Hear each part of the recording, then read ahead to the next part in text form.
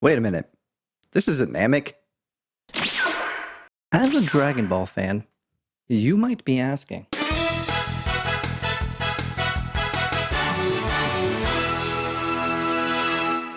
do do do do do do do do do do do do. So, what is Chiaotzu? Tien's friend? Well, yes, but No, a mime? no, A Pokemon? no. Well, technically he's an Earthling, but what's interesting is his design, as well as some of his techniques, are actually based on a Jiang SHI, otherwise known as a hopping vampire. This is of Chinese folklore. Toriyama put a lot of folklore into Dragon Ball in general.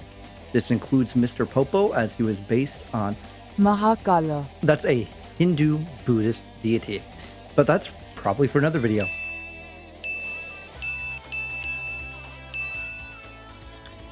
So keep in mind, Dragon Ball as a whole is actually based off Journey to the West, which is a 16th century novel and is considered one of China's 4 great classical novels.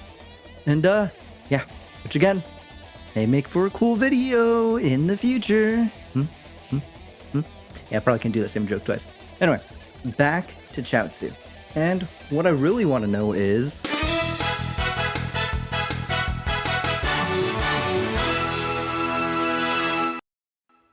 wow, I got some of these cool headphones on. So, yeah, that's right, Chiaotzu. Yeah, so, like I said before, Tien's friend, he's an Earthling. But I kind of want to go through the history of the little guy, alright? I want to go through who he is as a person, starting with OG Dragon Ball. I'm going to go through some of these arcs. So if you're unaware of Chiaotzu's adventures before Z, because he started with Z, now you're going to learn a thing or two, I suppose, which is pretty cool. You know, I think it's really interesting stuff here. I feel like you got to know Chiaotzu before I could properly compare it to a Jiang SHI. So let's go through original Dragon Ball for a little bit here, and then eventually we're gonna go to Z, but I'm gonna just go through some arcs. We officially get introduced to them, like, properly. We get a proper introduction in the 22nd Budokai. People love these tournament arcs, and this is where we get introduced to, well, the characters. Being in Crane School, Chiaotzu and Tien gotta take out the Turtle Hermit students, of course, which is Goku and Krillin, which are the main characters of original Dragon Ball, and yeah, so I feel like Chiaotzu is a rival to Krillin. I mean, you can tell me I'm wrong, but he's small, he's bald, and he has no nose. So anyway, those who only watch Z may be a surprise, but Tien and Chiaotzu just aren't good guys. They are not the good guys. Tien was actually trained. I know this isn't Chiaotzu, but Tien was trained a little bit by Tao Pai Pai, which is a known assassin for hire and brother of the Crane, the Crane student master, their sensei. Anyway, so Tien told Chiaotzu to fix the matches using his sidekick abilities, just so they can fight the Eternal Hermit students. And clearly, Chiaotzu chooses to meet his rival, Krillin. And keep in mind, Chiaotzu was trying to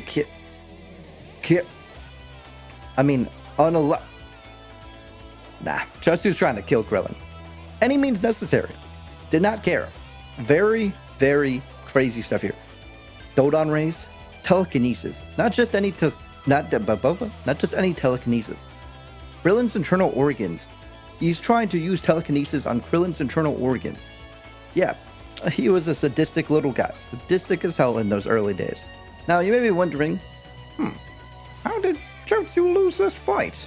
Because obviously, OG Dragon Ball, the main characters are going to win. He's going to lose. So, how would he lose? He has Krillin by the goodie works. Well, this is going to sound really dumb, but original Dragon Ball had a lot of gags. It wasn't super serious, and that's one of the reasons why I actually enjoy original Dragon Ball. Krillin tells Chiaotzu to, I guess, solve a math question, a simple math question, and Chiaotzu uses his fingers. Now you may be wondering, how does that stop the telekinesis? To use the telekinesis, Chiaotzu has to hold his palms out. Like this. Let me demonstrate again. So, the second he does this, he loses concentration and gets folded.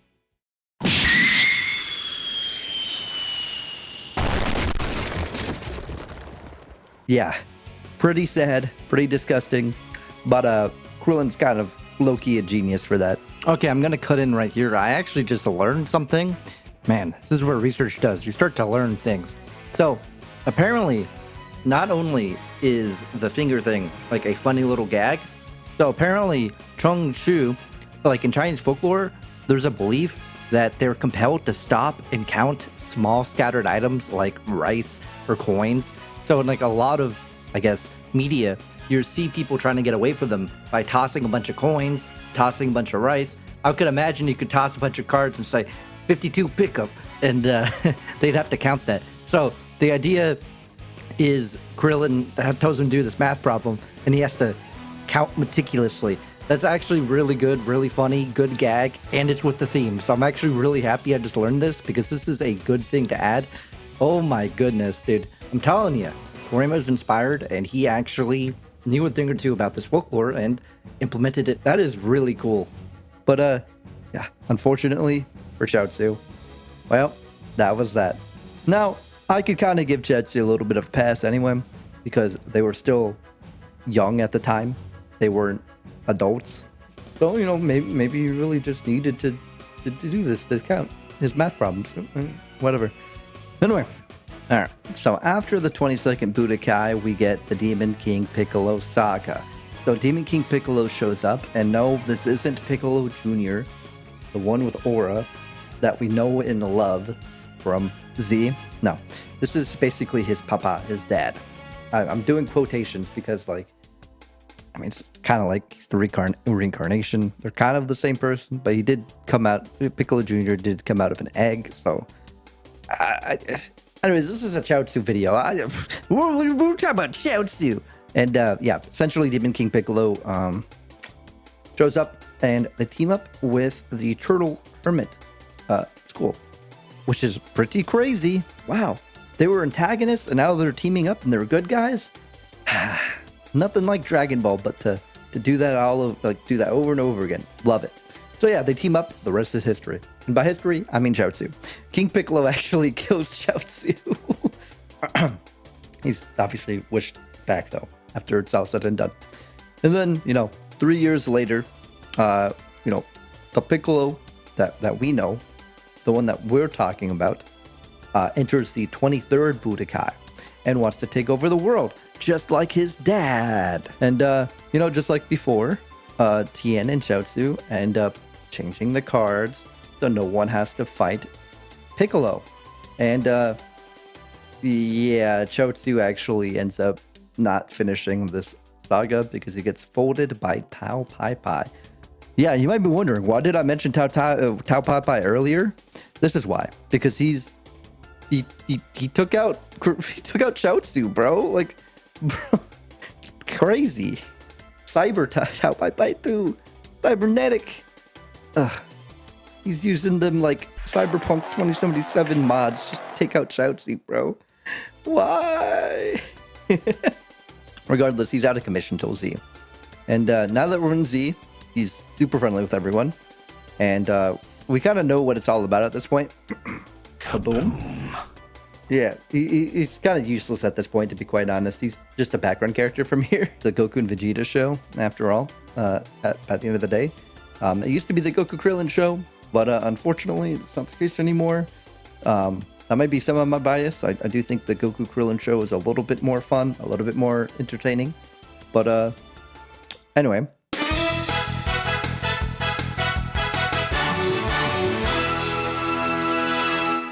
Now in my over 9,000 shirt, you may be asking yourself, okay, I know about Chiaotzu, but what is a Chongshu? Alright, so as I said before, a Chongshu literally means stiff corpse.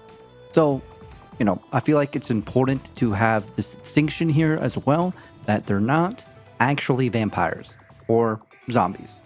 They do share traits with both, so I can understand the confusion. But to be clear, Jiang SHI are unique creatures to the Chinese traditions and beliefs. They're physical beings, so essentially they are reanimated corpses, but they're, once again, neither a vampire or a zombie. I guess a good way to kind of think about it is their spirit is taken over, I guess. I don't know. But a lot of people just go, yeah, they're a ghost. But, I guess think about it like that. Regardless, they're also depicted wearing traditional robes from the Qing Dynasty. I can't I can't do all these pronunciations, so you're gonna have to excuse me for some of the stuff here. They are typically, considered to have pale, discolored skin, whether it be green, black, purple, and in I guess Chiaotzu's case, white, because he's pale. So they typically have long fingernails and sharp teeth. While the resemblance of Chiaotzu is definitely there, most may recognize the Jiang SHI from the game Darkstalkers with this character right here. I'll say this as well. I will go more into Chiaotzu's abilities and compare it later in this video in the technique section. But for now, let's just get more into the folklore so you kind of understand a bit more, get a little more educated on what a Jiang SHI is and how it relates to Chiaotzu. So, number one, essentially, like I said, their bodies are stiff and rigid, considered stiff corpse, because, well, they can't move their joints. And because of that, they end up hopping. A lot of times, it's with their arms held straight out. Some look pregnant. But, Left 4 Dead spitter? Anyone? Left 4 Dead 2 spitter? If you know, you know. But, it's likely just to show the natural effects of decay. You start to get bloated when you decay. So they also have bloodshot eyes, bleeding eyes. I guess bloodshot, bleeding, regardless. White long hair. And again, the witch from Left 4 Dead. Anyone? But here's something that I find really interesting about the Jiang SHI. So early stories and depictions say they can't speak, they can't see, and they're just not aware of what they're doing. Essentially, they act on pure instinct. What? They act on pure instinct. So that being said, maybe you should wear some deodorant and shh when you're around, because they're gonna sniff you, especially if you're in a Smash tournament. Anyway, yeah, they listen while they hunt and stuff. So good luck if you ever run into one. Now, like I said, something I find super sick though is that they have to feed on ki, or I guess chi in this sense, to continue living and continue existing, which kind of reminds me of androids and like Cell, who absorb the ki from whoever they're fighting. So you may be wondering, why do they reanimate? And I guess it's time to kind of go into the lore on why they even reanimate to begin with. So the answer to that really is Taoism. So in Taoism, the soul has two parts, one that ascends after death and one that is, well, tied to the bodily functions, animal instincts, such as that. Kind of makes me think of Death Stranding. They have something called Ha and Ka, which is the body and the soul. And in this case, the soul leaves, but the body soul just doesn't rest. Essentially making sure the corpse, rise again. So, yeah, pretty scary. But, hey, this is just a folklore here. Not real. I hope not. Regardless, Taoist priests supposedly could also control the Jiang SHI using rituals. One of the biggest ways is the paper charms that are placed on their forehead, considered to be magical. And that's why you see in a lot of depictions they have a paper on their foreheads, because they're being controlled. Pretty interesting, especially when you think about Darkstalkers, you're controlling the character. Okay, no. So another way the Jiang SHI could pop up is improper burial. And so, if you didn't know, back in the day, I guess cremation was illegal. They thought that you would kill the soul within the person if you cremated. Henceforth, you just couldn't do it. So, as I said, they're also called hopping vampires, not just stiff corpses. And that's because, Taoist corpse drivers is what they were called. They would essentially move bodies using bamboo poles tied to their arms. So, as you know, they're pushing them along. It would kind of look like the corpses are hopping, which is kind of dark if you think about it, as to how this sort of thought process came through and why it's thought that that's where the name hopping vampires came from. Because, well, just saw the corpses on the poles bouncing up and down while they were pushing them along. So, yeah. Now, here's the thing. I was talking about early depictions. Later depictions of the Jiang SHI, though, are different. Here's different types of Jiang SHI.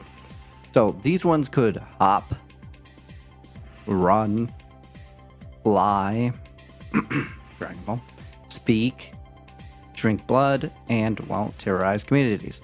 Now, I didn't talk about this before because I'm pretty sure it's anime only. I was actually looking through the manga throughout this video to get these panels, and I couldn't find the specific panel, so I'm assuming this was an anime only thing.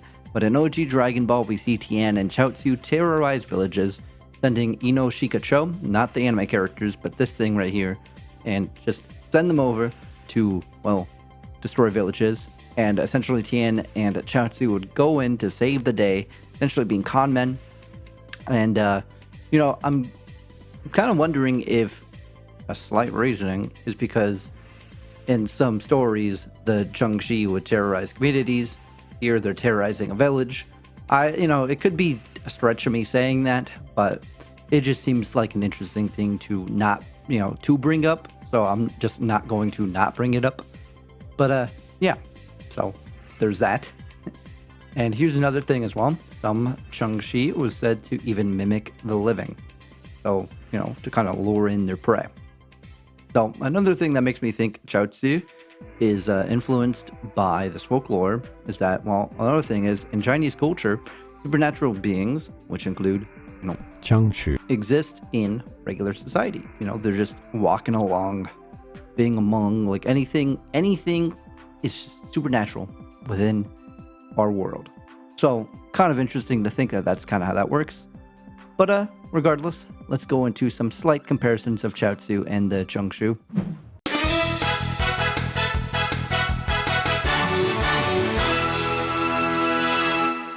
Chiaotzu has a wide range of abilities. Some even relate to his design of a Jiang SHI. Some are, well, original, like Dodon Ray. And some are much related to a Jiang SHI. And that's basically what I'm going to focus on. So I'm not going to name every technique that Chiaotzu can do. I'm going to just right now focus on the techniques and the abilities that liken him to a Jiang SHI. For instance, flight. And that might be a little bit controversial to say because, every character in Dragon Ball could fly. Well, it's not true. First of all, Mr. Satan, Master Roshi. But yeah, a lot of characters can fly in Dragon Ball, obviously. And but here's the thing. In original Dragon Ball, flight was pretty much exclusive. In fact, it was exclusive to Crane School students, all right? It was very unique in that sense in original Dragon Ball. So a lot of these things, like flight, stem from Chiaotzu, stem from Total School, stem from Tien, just, original Dragon Ball stuff.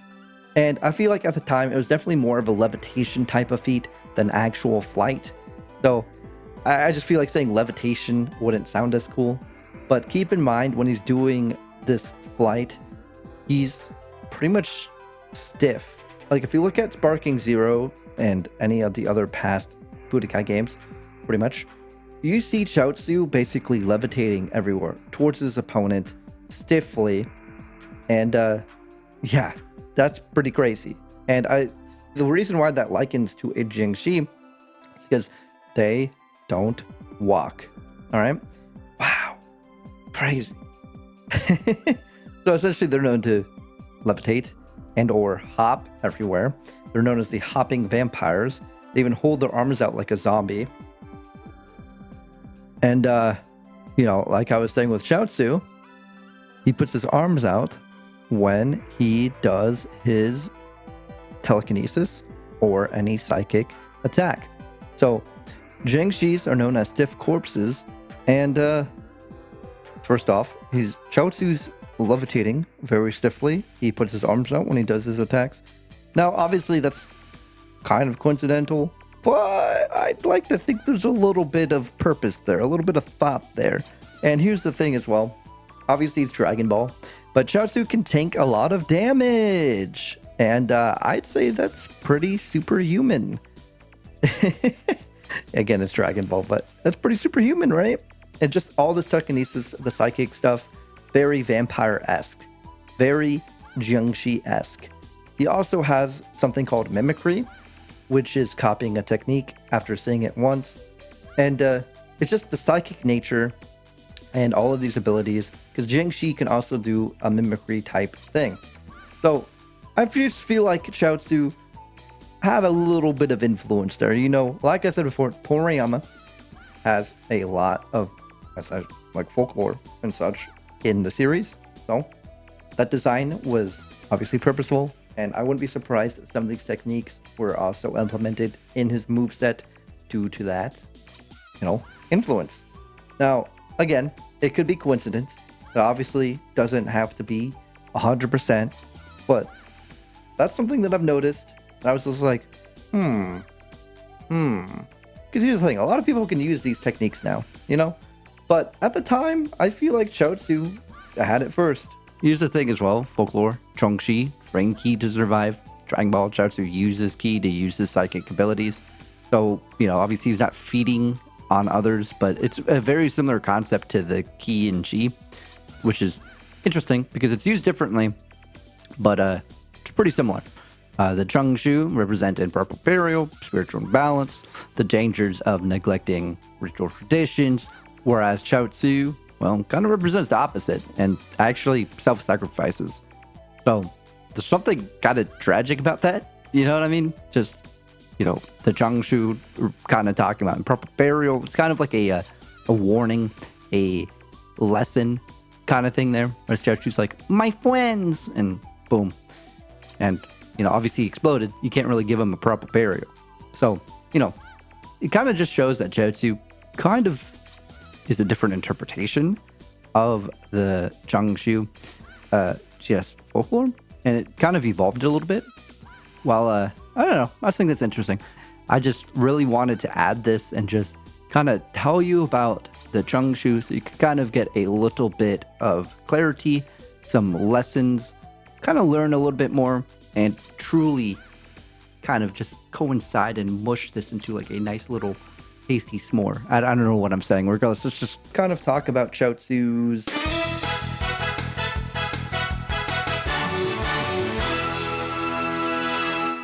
Yeah, let's talk about his outfits, his clothes. And I'm going to be quite honest, realistically, this section's not going to take that long. Obviously, I've talked about his design, as in like his face, his pale skin, his red cheeks, but I'm just going to talk about his garb now, his outfit, his clothes, and to be quite honest, there's really not much. It's just, obviously his clothes are very traditional Chinese garb, but fun fact, hat. It's the headwear of the Qing Dynasty. You know, I guess that's it. So it's time for the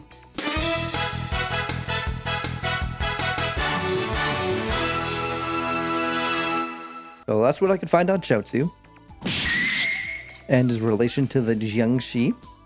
This is my first time kind of making a video like this, so I'd appreciate any feedback, anything you can tell me, anything that you're like, oh, huh. So I hope you enjoyed this. I know it was kind of like, on the comparison section or that, but I feel like it was pretty interesting, pretty cool. I just think it's neat that these sort of comparisons could be made.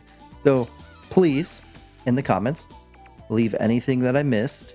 And if you did like this, like the video, subscribe, do all that stuff. I'm totally open to critiques in the comments. In the comics, I'm totally open to critiques in the comments.